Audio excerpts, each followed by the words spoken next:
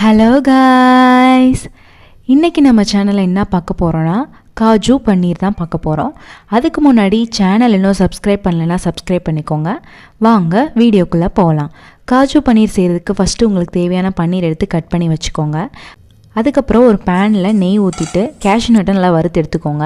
அதுக்கப்புறம் பன்னீரையும் லைட்டாக ஃப்ரை பண்ணி எடுத்துக்கோங்க, ப்ரௌன் ஆக வேணாம். அதுக்கப்புறம் அதே பேன்லேயே எண்ணெய் ஊற்றிக்கிட்டு பட்டை, கிராம்பு, ஏலக்காய், பிரியாணி இலை, சீரகம், வெங்காயம், உப்பு, சீரகத்தூள், தனியாத்தூள், மிளகுத்தூள், மிளகாய்த்தூள், மஞ்சள், கரம் மசாலா, இஞ்சி பூண்டு விழுது இதெல்லாம் சேர்த்து நல்லா கிண்டி விட்டுக்கோங்க. நல்லா வெங்காயம் வதங்கின பின்னாடி உங்களுக்கு எவ்வளோ தக்காளி தேவையோ அதை நல்லா பேஸ்ட் மாதிரி அரைச்செடுத்து அதில் ஊற்றிட்டு ஒரு மூடி போட்டு மூடி வச்சிருங்க. நல்லா கொதிச்சு வந்த பின்னாடி அதுக்கப்புறம் முந்திரியை நல்லா ஊற வச்சு அரைச்சி எடுத்து வச்ச ஸ்லரியை ஆட் பண்ணிக்கோங்க. அதுக்கப்புறம் நல்லா கொதிச்சு வந்த பின்னாடி நம்ம ஆல்ரெடி ஃப்ரை பண்ணி வச்சிருக்க பன்னீர், முந்திரி இதெல்லாம் சேர்த்து ஆட் பண்ணிட்டு கிண்டி வச்சுட்டு ஒரு கொதி வந்தோன்னே இறக்கிடுங்க. அவ்வளோதான், ஈஸியான காஜு பன்னீர் ரெடி ஆயிடுச்சு.